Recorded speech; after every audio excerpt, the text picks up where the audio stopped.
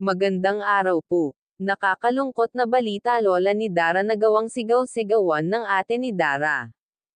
Kaya Kuya Rab ay awa ang nananig nito ngayon kay lola. Yan po ang video na pag-uusapan natin ngayon mga ka-viewers.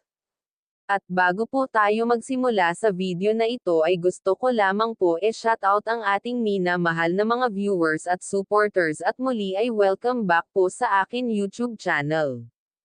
Lola ni Dara umiyak ito sa sama ng loob dahil na sana maganda na ang kanyang buhay sa piling ng mga apo ngunit hindi ito pumupante sa bahay ni Dara, sa kadahilanan na hiyang-hiya na daw kasi ito kay Kuya Rab dahil marami na ang naitulong nito sa kanyang mga apo. At sa mga sumusuporta sa aking mga video maraming salamat po. Ito pala ang dahilan ni Lola kung bakit hindi ito pumupunta. Nahihiya daw ito kay Kuya Rab dahil napakalaking tulong na ang naibibigay ni Kuya Rab kay Dara at sa kapatid nito na si Bea.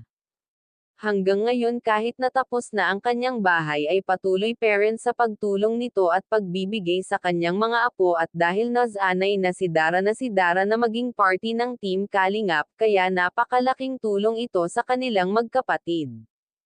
At ito ang inaasahan niya para sa pag-aral niya kaya si Dara ay masaya ngayon sa mga kasamahan niya sa Team Kalingap.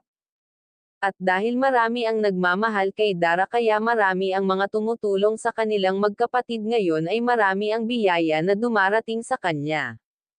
At mahal niya kung ano ang meron siya ngayon, at dahil marami ang tumutulong sa kanya kaya very thankful siya sa mga dumadating na biyaya sa kanya.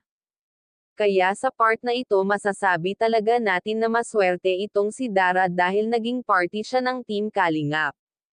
Dahil dito ay naging maganda ang kanilang buhay ngayon, di tulad dati na naghihirap talaga sila ni Bea.